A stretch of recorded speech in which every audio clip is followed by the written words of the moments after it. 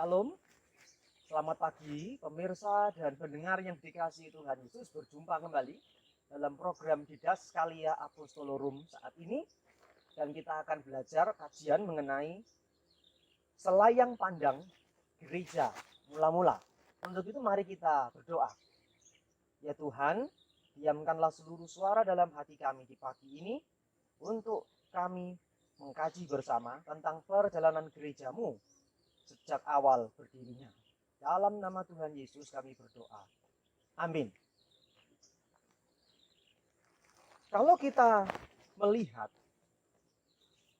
selayang pandang gereja mula-mula atau perjalanan gereja sejak berdirinya atau sejak awal didirikan oleh Kristus dengan dasar para rasul, maka pasti kita akan berpikir gereja itu apa? Begitu. Nah, ketika hendak membicarakan tentang perjalanan gereja mula-mula ini, dengan sebuah pertanyaan, apakah gereja itu? Maka ini menjadi cermin dan pembelajaran bagi gereja kita masa kini. Kalau kita melihat kondisi gereja saat ini, secara khusus di perkotaan, maka ditemukan persaingan-persaingan gereja dalam tanda petik, bahkan semacam lomba dalam hal fasilitas, ketenaran, praise and worship atau musik gereja, gedung yang mewah, dan pengkhotbah yang terkenal. Kehidupan bergereja saat ini tidak ada bedanya dengan persaingan antara Indomaret, Alfamart, dan Alfamidi. Dan mereka melupakan pokok iman Kristen tentang Injil Yesus Kristus yang memang harus diajarkan, diwartakan sebagai bentuk memperluas kerajaan Allah di bumi milik Allah ini, yang tentunya dimulai dari Sang Kristus, Bapa Rasuli, Bapa Gereja, dan Gereja sepanjang abad. Nah, itu sebabnya menarik kalau kita melihat mengenai perjalanan gereja mula-mula yang dimulai dari Sang Kristus dan para rasulnya. Di dalam Matius pasal yang ke-16 ayat 18 mengatakan demikian, dan aku pun berkata kepadamu, engkau adalah Petrus, dan di atas batu karang ini aku akan mendirikan jemaatku, dan alam maut tidak akan menguasainya. Menarik dalam bagian ini kalau kita melihat, berdasarkan Matius 16 ayat 18, gereja itu didirikan atas dasar rasul oleh Sang Kristus, dan gereja sejak semula hanya satu. Kalau kita menyelidiki bahasa asli dari kata jemaatku, itu menggunakan kata Yunani ekklesia, ten ekklesia. Kata benda yang berkasus akusatif, feminim, tunggal. Jadi dia bentuknya tunggal, berarti sejak semula gereja hanya satu. Maka dalam pengakuan iman panjang atau kanun al-iman disebutkan bahwa aku percaya kepada gereja yang kudus, katolik, dan apostolik. Adapun katolik tidak ada hubungannya dengan Katolik Roma. Tapi katolik yang dimaksud adalah atau satu atau menyeluruh. Karena seperti pertemuan yang lalu kita belajar bahwasanya gereja itu atau ajarannya itu milik bersama, iman yang sekali untuk seterusnya.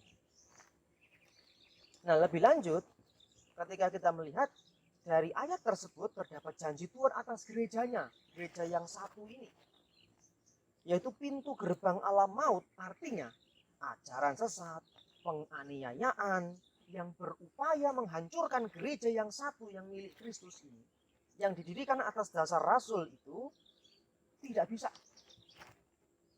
menghancurkan gereja. Itu sebabnya gereja tidak perlu takut karena janjinya bahwa pintu gerbang alam maut tidak dapat menghancurkan gereja.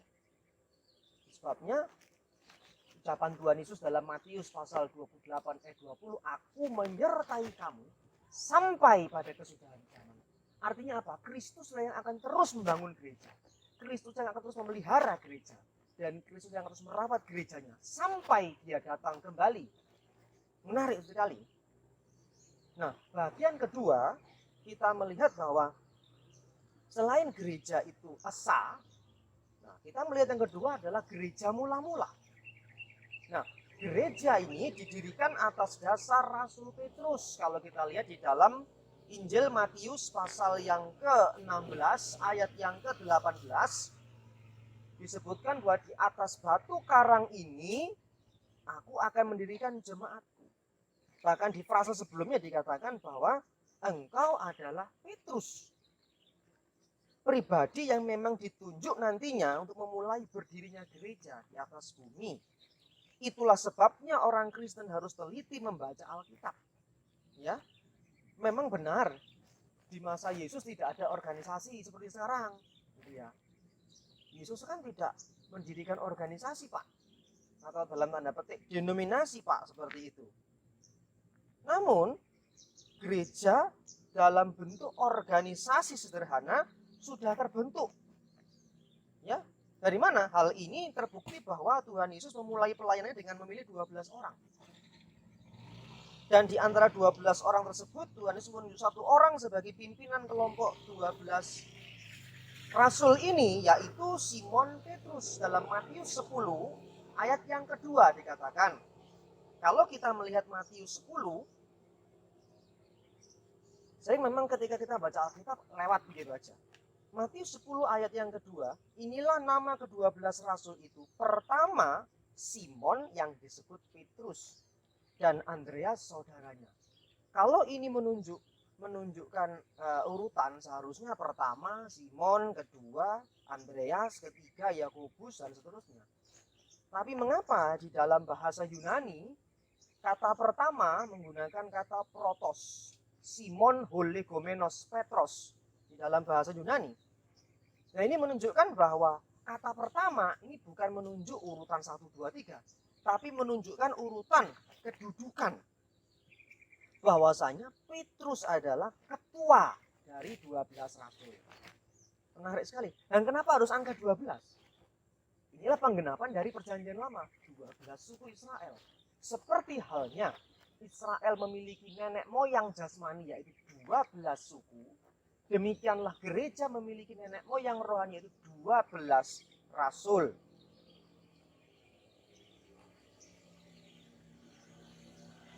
Dan kalau kita melihat lebih lanjut bahwasanya dalam struktur organisasi sederhana gereja mula-mula ini, Tuhan Yesus itu sebagai pusat dan Rasul Petrus sebagai ketua. Juga ada 3 lingkaran dalam, yaitu Petrus, Yohanes, dan Yakobus, yang dibawa oleh Yesus kalau ada acara-acara penting ya. Dalam Matius 17 ayat 1 dan 3, Matius 26 ayat 36 sampai 37. Lalu ada kelompok 70 murid dalam Lukas pasal 10 ayat 1 yang menegaskan inilah murid yang diutus berdua-dua untuk pemberitaan Injil bagi bangsa-bangsa di luar Yahudi. Menarik sekali. Bahkan dalam peristiwa Pentakosta, dalam Targum Yonatan, dijelaskan bahwa suara Adonai Elohim terbagi menjadi 70 bahasa. Nah, ini menegaskan apa? Ketika Pentakosta, bangsa-bangsa di luar Yahudi boleh mengenal Injil. Hebat sekali. Juga ada para donatur. Lukas 8 ayat 1 sampai 3. Siapakah donatur itu? Dialah para ibu. Kalau kita melihat Lukas pasal yang ke-8, secara khusus ya, ayat yang ke-3. Yohanes istri Kusa, bendahara Herodes, Susana dan banyak perempuan lain. Perempuan-perempuan ini melayan rombongan itu dengan kekayaan mereka. Ternyata ada tim atau ada penyandang dana untuk pelayanan Tuhan Yesus. Dan juga ada bendaharanya yang melakukan tindak korupsi, yaitu Yudas Iskariot. Dalam Yohanes 12 ayat 4 sampai 6. Nah, ini kalau bukan organisasi lalu apa? Kalau banyak orang, kita kembali ke gereja mula-mula. Kembalinya dalam hal apa dulu? Nah, hati-hati berstatement. Kita kembali aja dalam gereja mula-mula. Sekarang minta maaf ada banyak komsel-komsel, mungkin kita kembali ke gereja mula-mula, gereja rumah. Oke, gereja rumah, gereja mula-mula. Tapi kembali isinya harus sesuai dengan gereja mula yang dimaksud oleh para rasul, oleh Tuhan Yesus. Bukan sembarang gereja mula-mula. Seperti itu. Nah, gereja lahir secara penuh pada hari Pentakosta, di mana bertepatan dengan pencurahan Roh Kudus. Sehingga disebut dengan bait Roh Kudus. Kalau hari raya Pentakosta Yahudi, musim panen gandum. Tapi bagi orang percaya, Pentakosta diberi warna baru oleh Sang Kristus dan para rasulnya sebagai penuaian jiwa. Ya, penuaian mereka yang boleh mengenal Kristus. Maka Yesus pernah bicara, ladang sudah menguning, ya, tuaian banyak, pekerja sedikit. Seperti itu. Sehingga itulah mulai tugas pengutusan para rasul, pewarisan jabatan rasuli, dan suksesi apostolik berjalan sampai hari ini untuk tugas pemberitaan Injil Yesus Kristus. Nah, maka sebelum Roh Kudus turun, gereja belum ada dalam masa persiapan. Nah, di hari lahir gereja ini yang menjadi juru bicara ialah Petrus, yang menginisiasi penggantian Yudas Iskariot pun juga Petrus. Kenapa? Karena dia 12 rasul. Yang berkhotbah di masa raya Pentakosta juga Petrus. Kenapa? Dia ketua 12 rasul. Akhirnya muncul pengejek yang mengejek peristiwa pencurahan Roh Kudus sebagai peristiwa mabuk anggur dalam Kisah Rasul 2 ayat 14. Dari Kisah Rasul 2, 14, 15 ini ditelisik bahwa gereja lahir pukul 9 pagi pada tahun 33 Masehi. Menarik sekali. Sangat akurat. Dan di sini kita melihat seperti pertemuan kita yang lalu bahwa tradisi lisan tidak bertentangan dengan tradisi tulisan. Dan untuk mengerti tradisi tulisan yaitu kitab suci, perlu mengerti tradisi lisan. Hebat. Nah, setelah Petrus berkhotbah, maka yang bertobat itu 3.000 orang yang terus berkembang. Karena kenapa? Waktu itu momennya pas. Ya, seluruh orang Yahudi itu masuk atau kumpul di Yerusalem karena peristiwa dan perayaan Pentakosta yang cukup besar yang merupakan perayaan besar orang Yahudi kala itu.